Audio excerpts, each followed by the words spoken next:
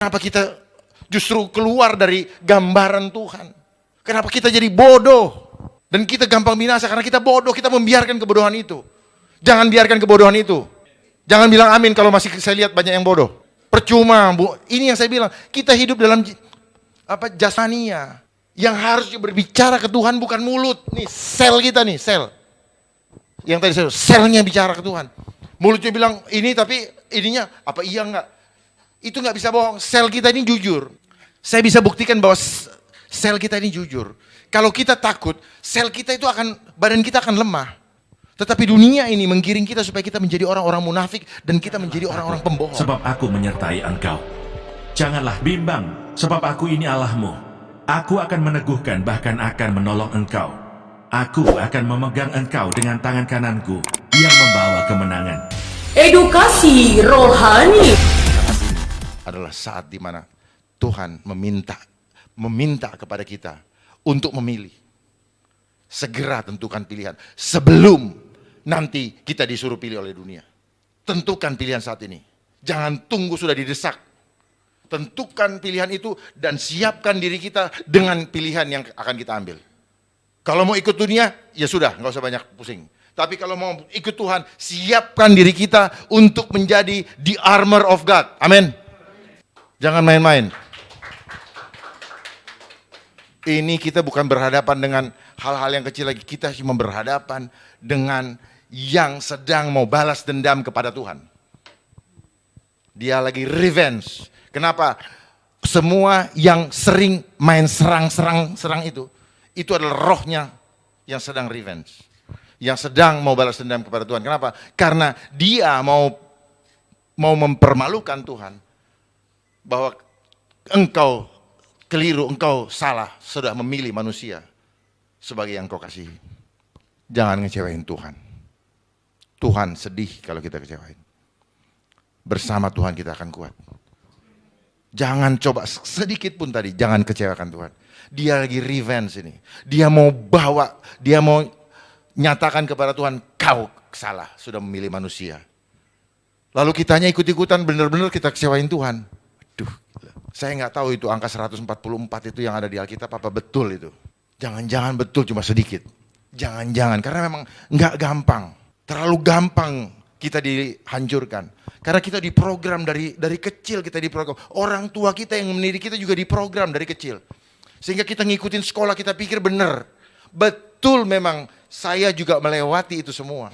Tetapi setelah saya lewatin, ternyata ini hanya membuat saya menjadi orang sombong, saya tidak berdaya, saya menjadi orang ketakutan ketika menghadapi hal-hal yang supranatural.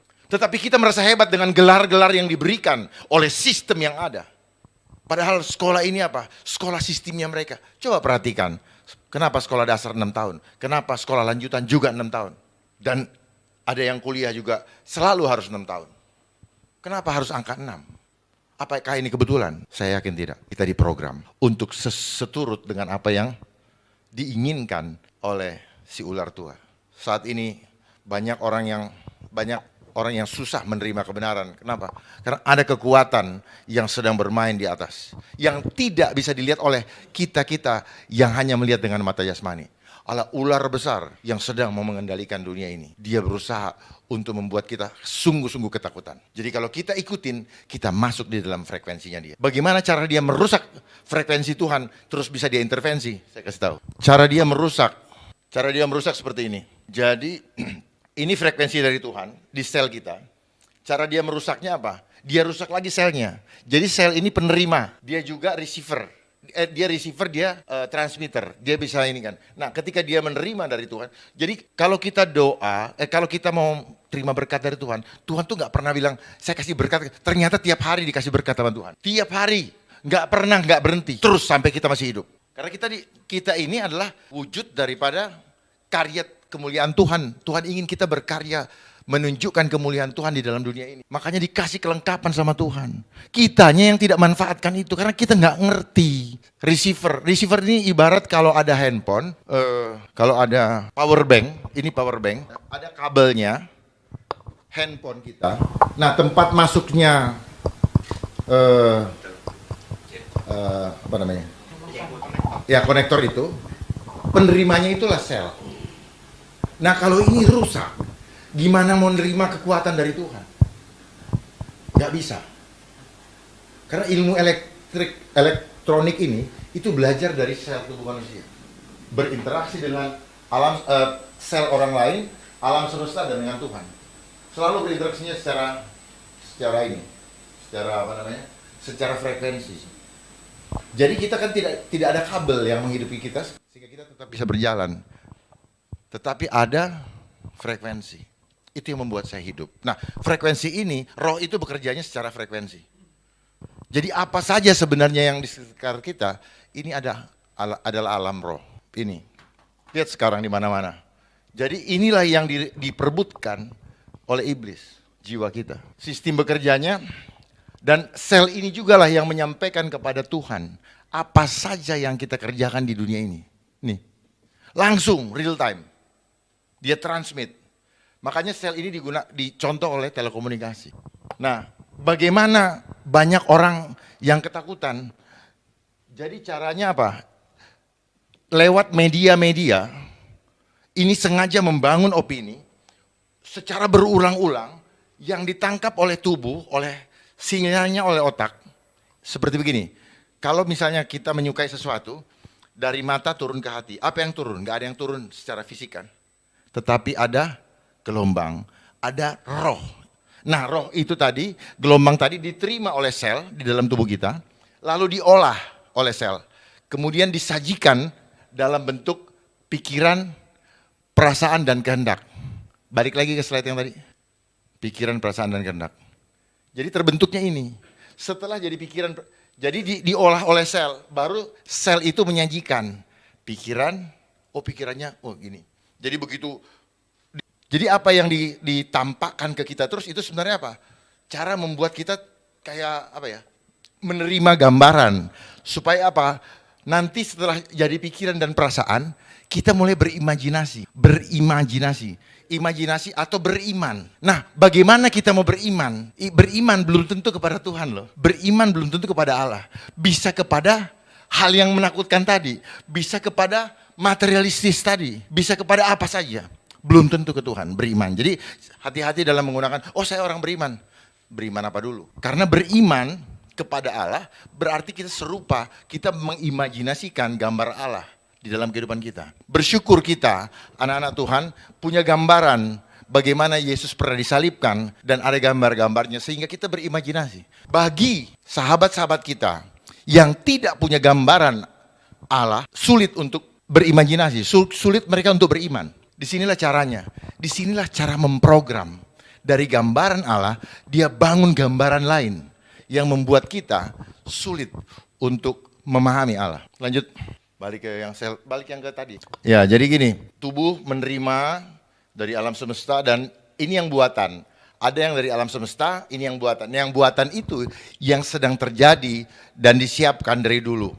Mereka punya kekuatan 6 media terbesar di dunia yang merelay semua, tentunya pakai uang. Tentunya yang merelay dapat duit. Semuanya karena uang. Kenapa mereka kejar uang?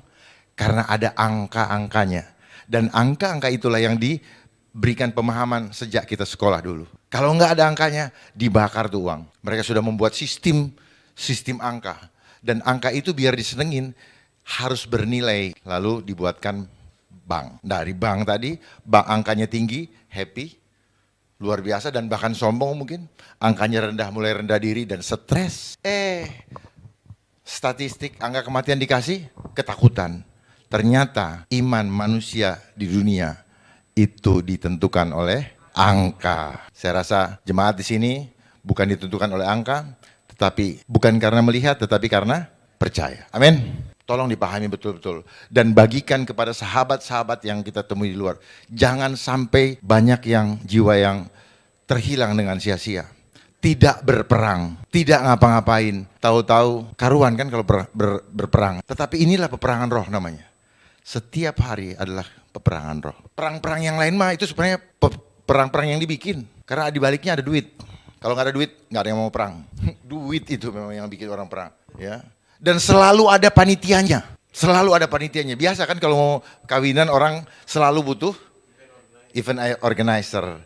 Event organizer pasti butuh untuk menghasilkan uang yang lebih banyak. Pasti. Jadi ini di sini kuncinya. Nah, kalau tampakan luar atau tubuh kita ini hanya refleksi daripada pancaran jiwa. Jiwa ini kayak proyektor.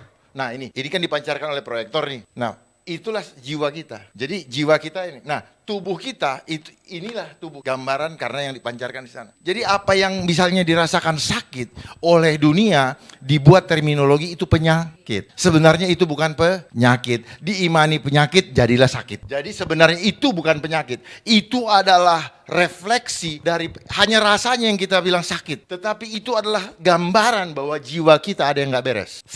Jiwa nggak beres dari mana? Selnya lagi lemah atau rusak. Inilah yang mempengaruhi imun kita, sel kita.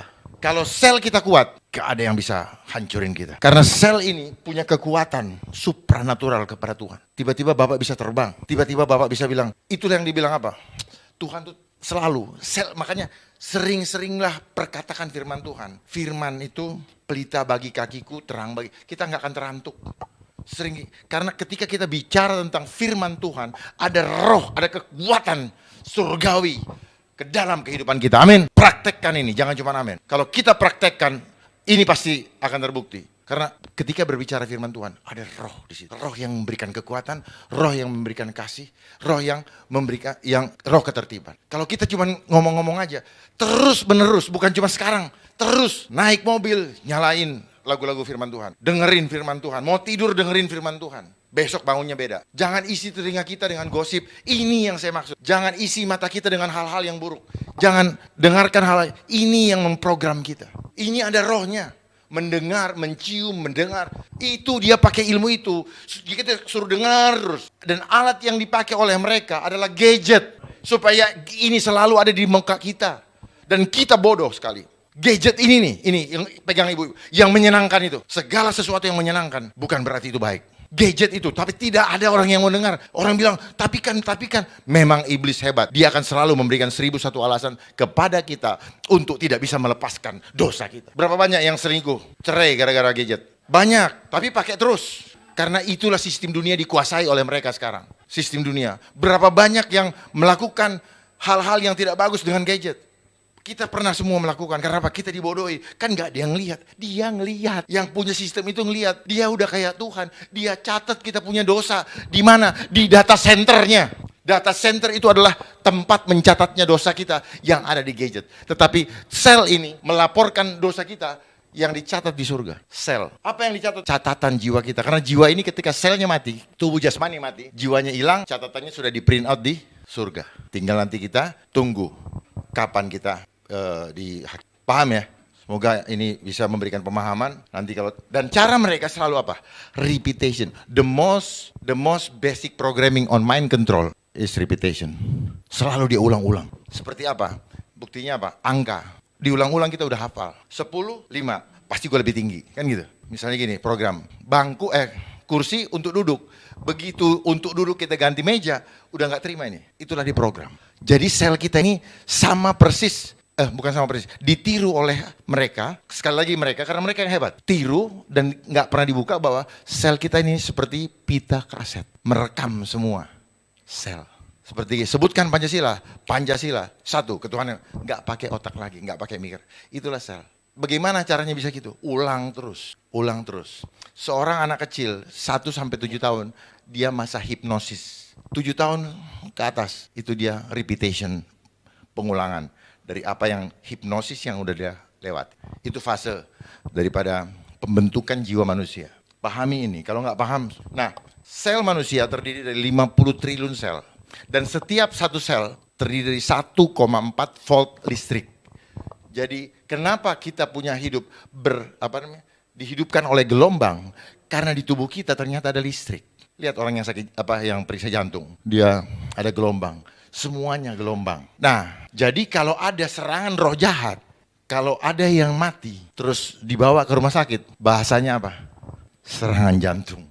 Tapi apakah sanggup dia menyampaikan bahwa itu serangan jantung berasal dari apa?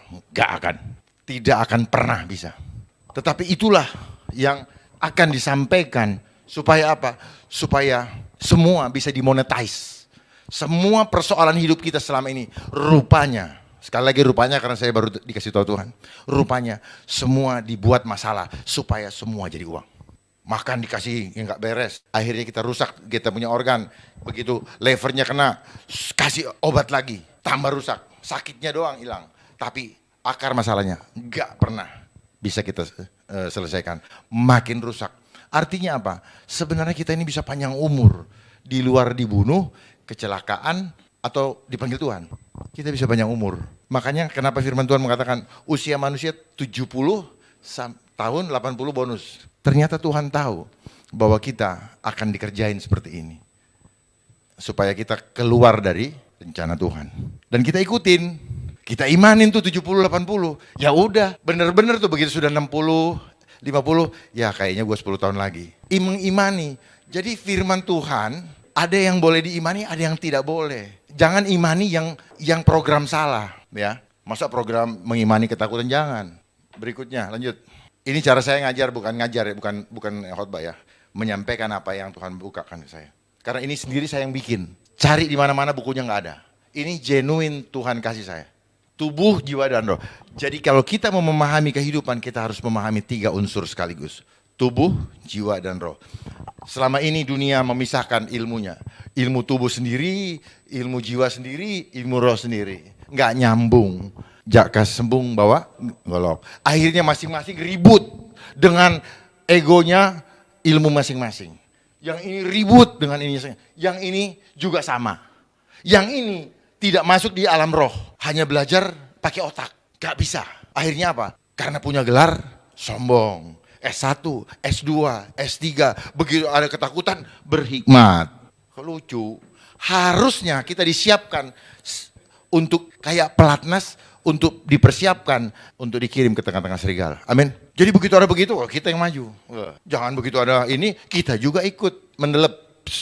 Perhatikan, ada hal yang memang harus kita perhatikan.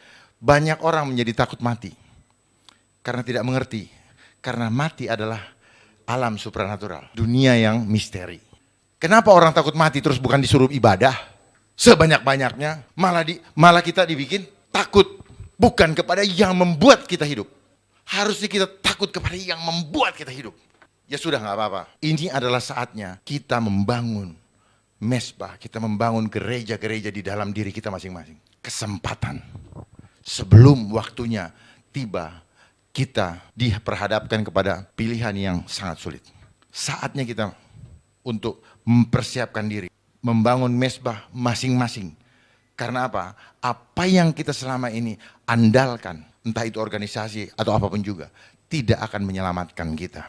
Atau apa yang tertera di dalam KTP kita, tidak akan bisa menyelamatkan kita. Kita justru dibuat dikotomi, kita justru dipisahkan dengan saudara-saudara kita yang lain. Seolah-olah kita yang hebat, kita anak Tuhan. Enggak, semua anak Tuhan. Keliru. Inilah cara dunia membangun organisasi-organisasi yang hanya apa? Menyombongkan masing-masing, memfitnah satu dengan yang lain. Yang Tuhan sama sekali tidak mau. Hancurnya dunia ini gara-gara tidak bersatu. Coba kita bersatu, iblis takut. Tetapi itulah cara strategi iblis untuk membuat kita terpisah-pisah. Coba bersatu semua. Wow, karena Tuhan maunya apa? Kita bersatu. Bukan seperti sekarang, merasa hebat. Karena katanya anak Tuhan. Ini terminologi-terminologi yang dibuat berdasarkan doktrin-doktrin dunia. Yang menggiring kita menjadi orang-orang yang tidak mulia di depan mata Tuhan. Semuanya mulia kok. Kawan-kawan atau saudara-saudara yang di seberang juga itu mulia kok. Mereka juga dibikin bingung dengan doktrin-doktrinnya. Kita juga dibikin bingung dengan berbagai doktrin-doktrinnya. Saya berbicara netral karena saya bukan dari pendidikan apapun juga. Kawan kita yang Buddha yang mana sama. Ya, tugas kita bukan menyelamatkan jemaat saja. Semua yang lahir dari Tuhan. Kita berasal dari Allah. Tetapi dunia ini sudah dikuasai oleh si jahat. Kita semua berasal. Kita siapa? Semua. Seolah-olah cuma kita yang anak Tuhan. Keliru Pak Pendeta. Keliru. Ini yang membuat kenapa tidak aman dunia ini. Karena sudah dibangun konsep teori. Sebentar. Saya balik lagi sini. Tubuh, jiwa, dan roh. Jadi kalau rohnya kuat, iman kuat, selnya pasti kuat. Jadi ini selnya sentral. Bagaimana bisa menerima kuasa Allah kalau selnya rusak dalam tubuh kita? Ini misteri sekali, misteri tapi ini fakta. Jadi kalau selnya kuat, karena makan makanannya benar, karena tidak diracunin, tidak dirusak, maka pasti imannya ke Tuhan kuat. Ini iman otomatis. Hikmat juga datangnya kalau selnya bagus. Sel ini connect langsung ke Tuhan. Apa yang diperintahkan Tuhan kepada kita, sel ini yang menampung, menerima. Sampai di sini paham? Sel ini yang ini. Jadi kalau imannya kuat, pasti imun kuat. Sel ini sentral sekali. Iman ini di sel. Nah sel ini selama ini yang dirusak. Inilah sel gambaran Tuhan. Gambaran Tuhan di dalam tubuh kita, di dalam diri kita. Itu di sel. Bahasa Ibrani-nya itu sel. Gambaran, imajinasi, atau citra. Makanya image of God. Kalau orang beriman harus mengimajinasikan Tuhan di dalam benaknya, pikirannya. Kalau tidak, nggak bisa kita.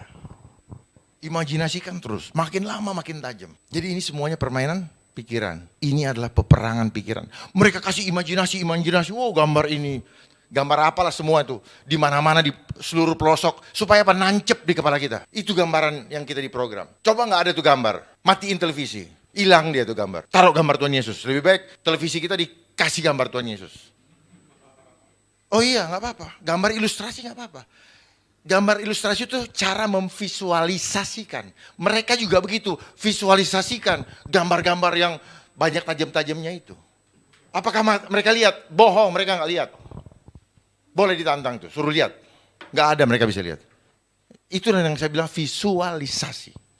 Ya, merasionalisasi sesuatu dengan cara visual yang tidak realita menjadi realita. Itulah yang cara membangun opini.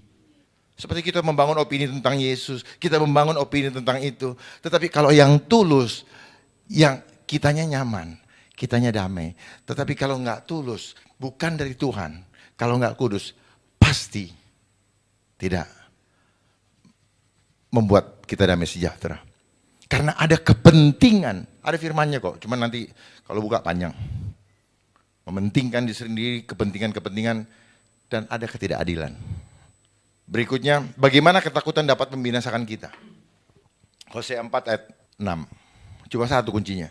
Umatku binasa karena kekurangan pengetahuan. Pengetahuan tentang apa? Tentang firman Allah. Lanjut. Bagaimana ketakutan dapat membinasakan hidup kita? 2 Korintus 4 ayat 4. Apa dan siapa penyebab orang tidak percaya binasa? 2 Korintus 4 ayat 4. Yaitu orang-orang yang tidak percaya, yang pikirannya telah dibutakan oleh ilah zaman ini. Jadi begitu banyak sekarang yang terbutakan oleh ilah zaman ini. Apa ilah zaman ini? Banyak faktornya. Ada mamon, ada juga karena cari muka, ketakutan dengan kekuatan sistem, akhirnya pada tertutup dan mencari kenyamanan dunia. Mempertahankan sesuatu yang sementara, ujung-ujungnya mati juga, bukan mencari kekekalan. Itu yang terjadi. Sehingga mereka tidak melihat cahaya Injil tentang kemuliaan Kristus yang adalah gambaran Allah. Nah, bagaimana cara dunia merubah kita, memprogram kita? Di sini, kita ini homo imago Dei, terus pecah jadi dua. Homo hominisisius dan homo homini lupus. Seharusnya kita berkembang ke arah homo homini socius. Manusia menjadi teman bagi manusia lainnya.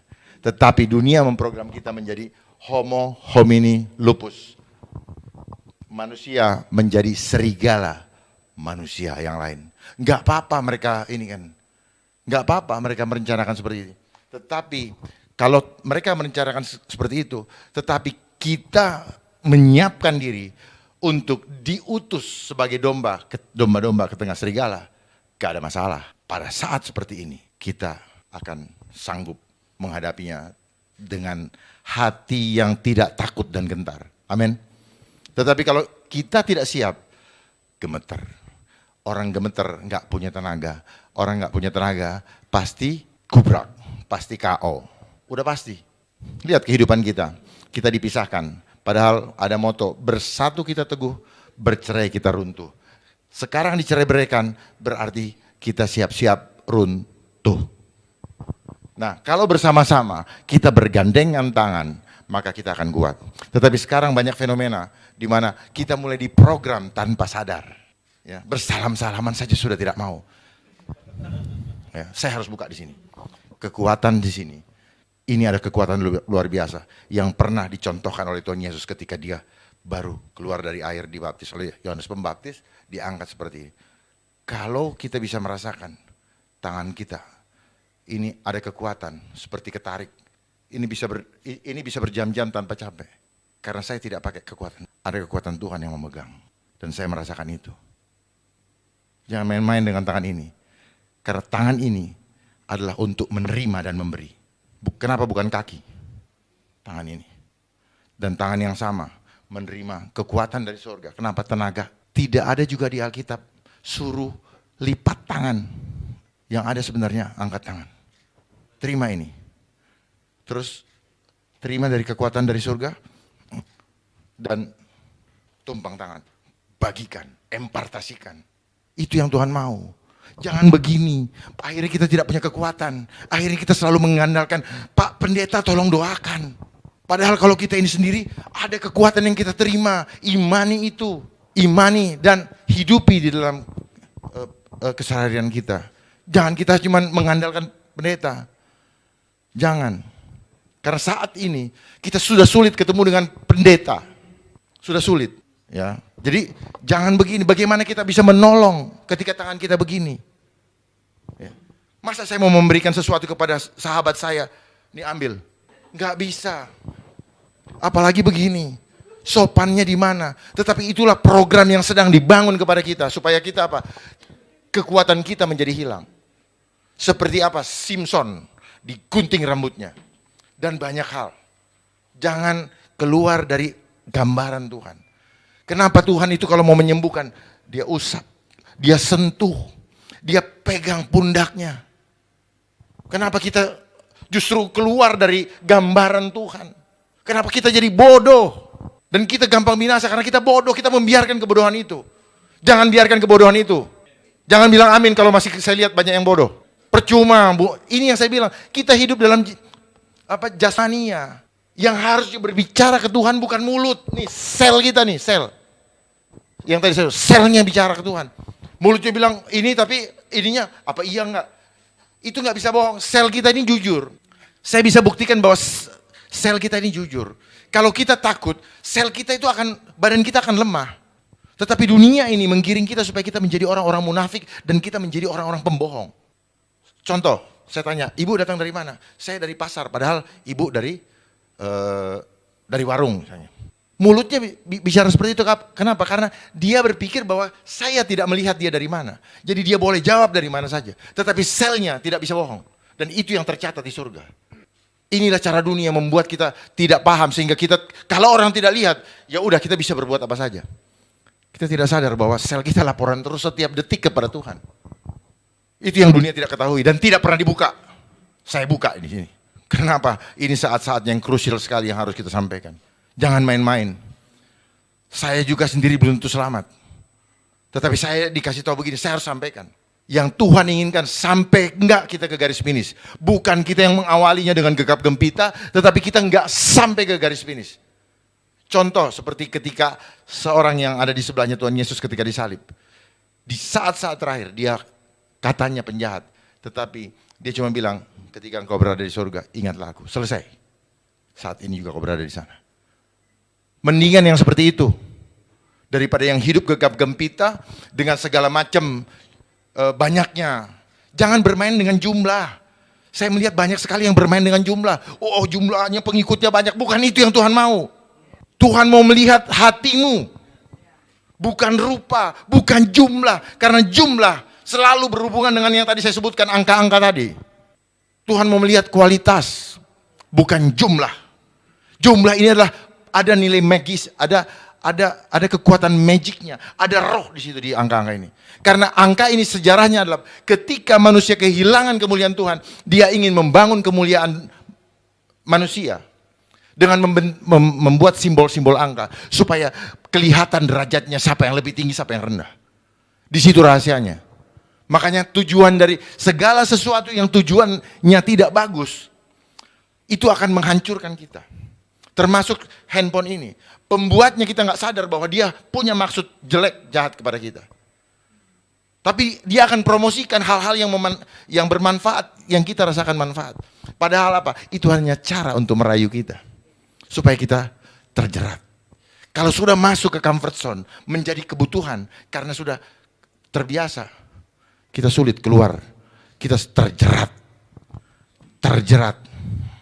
Banyak orang membiarkan dirinya tetap berada di keadaan tidak enak. Karena dia sudah tidak punya jalan keluar. Karena dia tidak berani mengambil langkah. Dia tetap membiarkan dirinya situ. Kalau saat ini Bapak Ibu Saudara sekalian merasa tidak nyaman di jalan yang sekarang ada, kembali cari jalan yang nyaman. Jangan biarkan keadaan yang tidak nyaman terus menghantui kita. Ambil keputusan malam ini. Jangan sia-siakan hidup kita. Saat ini saya dipanggil, saat ini kita tahu kita berada di mana. Ucapkan firman Tuhan. Kita manusia lemah, tetapi ketika kita ucapkan, kekuatan datang. Sampai ada orang mau bacok, dalam nama Yesus, dalam nama Tuhan, tolong Tuhan. Itu akan memberikan kekuatan. Karena fokus kita tidak lagi kepada masalah. Fokus kita kepada yang memberikan kekuatan. Kita udah gak mau lihat sana, udah gak usah lihat sana. Pokoknya terus ya. Kalau kita sudah terlatih seperti itu, kekuatan Tuhan akan melindungi kita.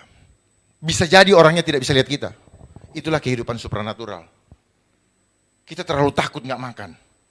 Makanya sekarang apa? Kebiasaan hidup kita karena tergantung kepada yang jasmani. Kita akan dipersulit. Karena apa? Kan si manusia itu kan takut gak makan. Takut gak plesir. Takut gak bisa terbang. Takut kan? Takut ya. Karena kita tergantung selama ini. Kita gak pernah dididik untuk membuat 5 roti dan 2 ikan menjadi 5.000.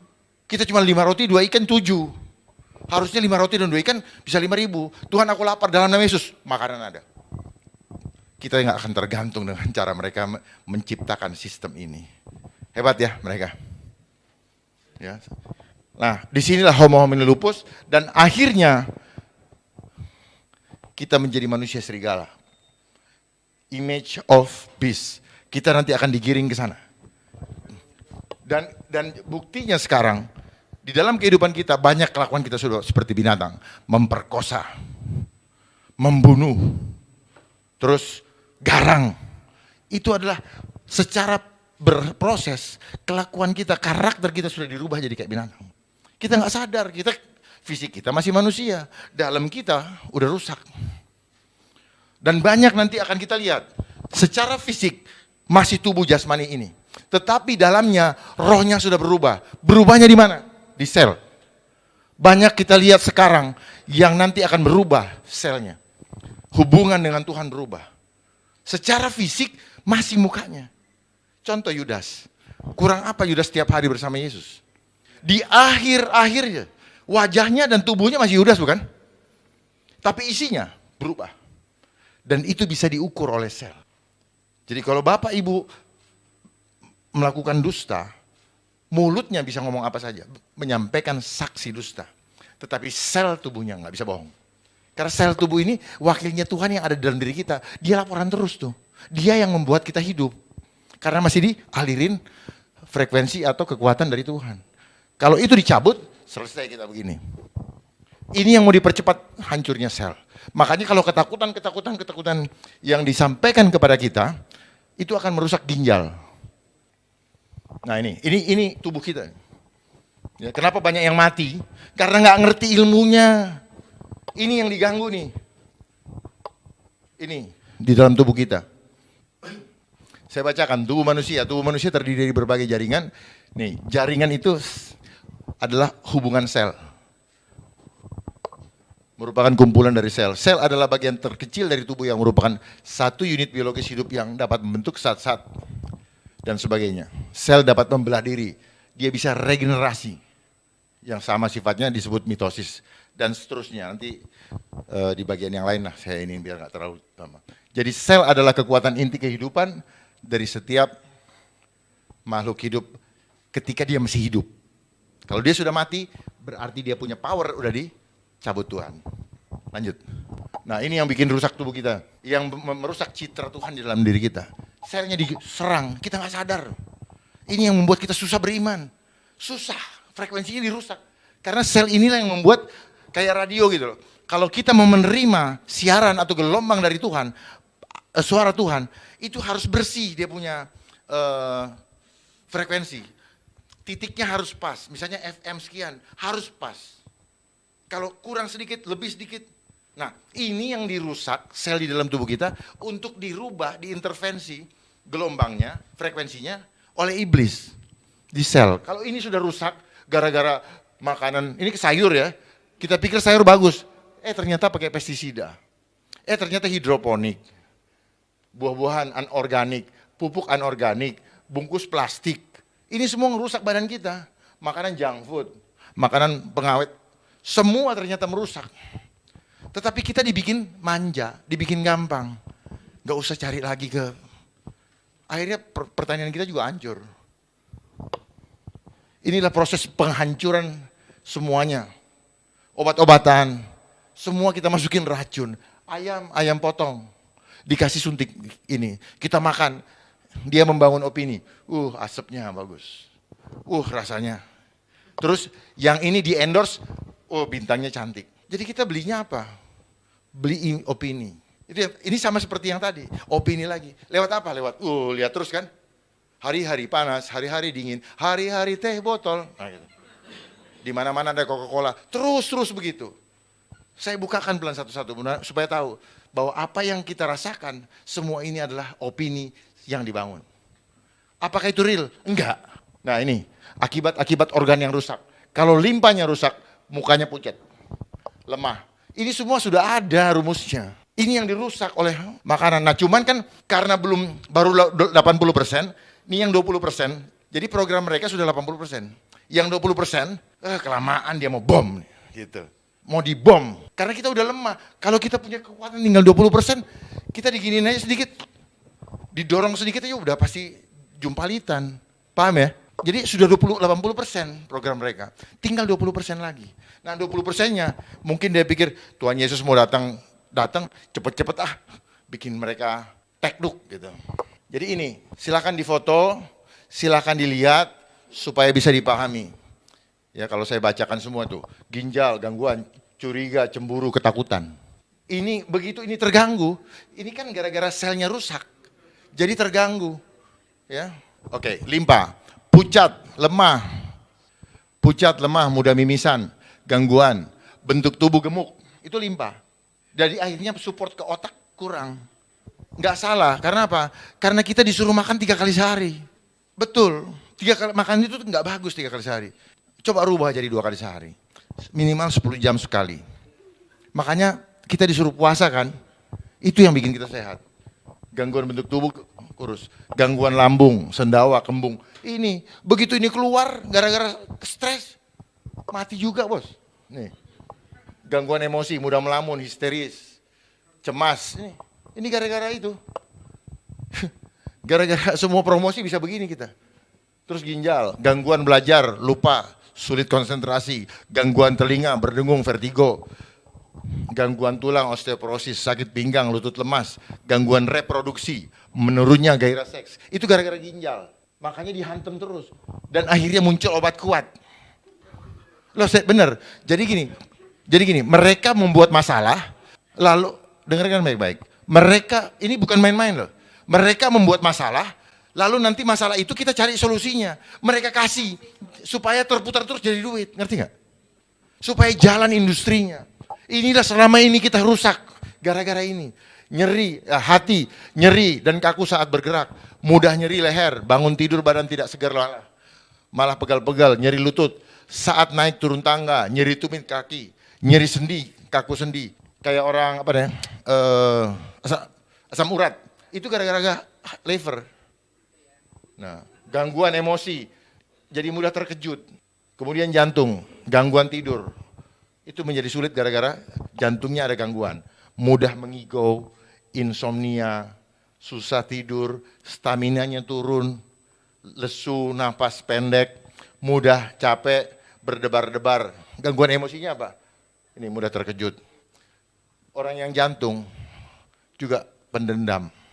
Kemudian paru-paru, gangguan kulitnya kusam, itu paru-paru. Tapi gangguan emosinya apa? Gampang sedih. Orang yang sedih itu gampang kena paru-paru basah, gampang kanker. Kulit kusam, tidak cerah, keriput, jerawat, kering, gangguan. Nah ini semua kan ada uang, ada obatnya nih, ada solusinya. Supaya apa? Supaya jadi semua ujung-ujungnya ini. Jadi caranya mereka bekerja, bikin jadi masalah, lalu nanti muncul reaksi, lalu kasih solusi. Ini yang dibilang apa? Juru selamat palsu. Modelnya mirip, polanya sama, mudah dibaca. Anak-anak Tuhan harus cerdas membaca. Untuk cerdas, selnya harus bersih. Untuk bersih, perkatakan firman Tuhan setiap hari. Amin. Oke, lanjut. Siapa saja dan apa hukumannya bagi yang ketakutan? Wahyu 21 ayat 8. Tetapi orang-orang penakut loh ya. Orang-orang yang tidak percaya, orang-orang keji, orang-orang pembunuh, orang-orang sundal, tukang-tukang sihir. Saat ini sedang bermain banyak sihir-sihir. Iblis senang bermain dengan sihir. Penyembah berhala, dan semua pendusta, mereka akan mendapat bagian mereka di dalam lautan yang menyala-nyala oleh api dan belerang. Inilah kematian yang kedua. Saya cuma mau menekankan, penakut ternyata dosa. Karena kalau kita takut, maka tidak ada kasih. Jelas ya? Dosa loh. Jadi kalau dosa, terus kenapa dilakuin terus? Takut? Takut nggak? Buktikan dong. Kalau takut, gitu. Itu, amin. Berarti nggak takut. Saya bicara ada dasarnya, bukan saya bicara nggak ada dasarnya. Jadi jangan percaya kalau tanpa argumentasi yang kuat. Jadilah penemu-penemu dari sesuatu opini yang dibangun, tetapi bisa dipertanggungjawabkan. Jangan selalu mengikuti terhadap apa yang ada di buku yang sudah mereka siapkan. Itulah cara untuk membuat kita tidak pernah bisa memahami hal di luar itu. Kita bikin tulisan harus ada footnote-nya. Enggak selalu. Seolah-olah kalau tidak ada footnote enggak resmi. Enggak apa-apa. Jadilah Einstein baru. Jadilah penemu-penemu baru. Percaya diri. Tuhan kita dahsyat. Pasal 2. Hukuman Allah atas semua orang. Karena itu, hai manusia, siapapun juga engkau yang menghakimi orang lain, engkau sendiri tidak bebas dari salah. Sebab dalam menghakimi orang lain, engkau menghakimi dirimu sendiri. Karena engkau yang menghakimi orang lain melakukan hal-hal yang sama. Tetapi kita tahu bahwa hukuman Allah berlangsung secara jujur atas mereka yang berbuat demikian. Dan engkau, hai manusia, engkau yang menghakimi mereka yang berbuat demikian, sedangkan engkau sendiri melakukannya juga, adakah engkau sangka bahwa engkau akan luput dari hukuman Allah? Maukah engkau menganggap sepi kekayaan kemurahannya, kesabarannya, dan kelapangan hatinya? Tidakkah engkau tahu bahwa maksud kemurahan Allah ialah menuntun engkau kepada pertobatan? Tetapi oleh kekerasan hatimu yang tidak mau bertobat, engkau menimbun murka atas dirimu sendiri pada hari waktu mana murka dan hukuman Allah yang adil akan dinyatakan. Ia akan membalas setiap orang menurut perbuatannya, yaitu hidup kekal kepada mereka yang dengan tekun berbuat baik, mencari kemuliaan, kehormatan, dan ketidakbinasaan, tetapi murka dan geram kepada mereka yang mencari kepentingan sendiri, yang tidak taat kepada kebenaran, melainkan taat kepada kelaliman. Penderitaan dan kesesakan akan menimpa setiap orang yang hidup yang berbuat jahat, pertama-tama orang Yahudi dan juga orang Yunani. Tetapi kemuliaan, kehormatan, dan damai sejahtera akan diperoleh semua orang yang berbuat baik, pertama-tama orang Yahudi dan juga orang Yunani. Sebab Allah tidak memandang bulu. Sebab semua orang yang berdosa tanpa hukum Taurat akan binasa tanpa hukum Taurat, dan semua orang yang berdosa di bawah hukum Taurat akan dihakimi oleh hukum Taurat. Karena bukanlah orang yang mendengar hukum Taurat yang benar di hadapan Allah, tetapi orang yang melakukan hukum Tauratlah yang akan dibenarkan. Apabila bangsa-bangsa lain yang tidak memiliki hukum Taurat oleh dorongan diri sendiri melakukan apa yang dituntut hukum Taurat, maka walaupun mereka tidak memiliki hukum Taurat, mereka menjadi hukum Taurat bagi diri mereka sendiri. Sebab dengan itu mereka menunjukkan bahwa isi hukum Taurat ada tertulis di dalam hati mereka, dan suara hati mereka turut bersaksi dan pikiran mereka saling menuduh atau saling membela. Hal itu akan nampak pada hari bila mana Allah, sesuai dengan Injil yang kuberitakan, akan menghakimi segala sesuatu yang tersembunyi dalam hati manusia oleh Kristus Yesus. Hukum Taurat dan Sunat tidak menyelamatkan orang Yahudi. Tetapi, jika kamu menyebut dirimu orang Yahudi dan bersandar kepada hukum Taurat, bermegah dalam Allah, dan tahu akan kehendaknya, dan oleh karena diajar dalam hukum Taurat, dapat tahu mana yang baik dan mana yang tidak, dan yakin bahwa engkau adalah penuntun orang buta dan terang bagi mereka yang di dalam kegelapan, pendidik orang bodoh dan pengajar orang yang belum dewasa, karena dalam hukum Taurat engkau memiliki kegenapan segala kepandaian dan kebenaran. Jadi, bagaimanakah engkau yang mengajar orang lain?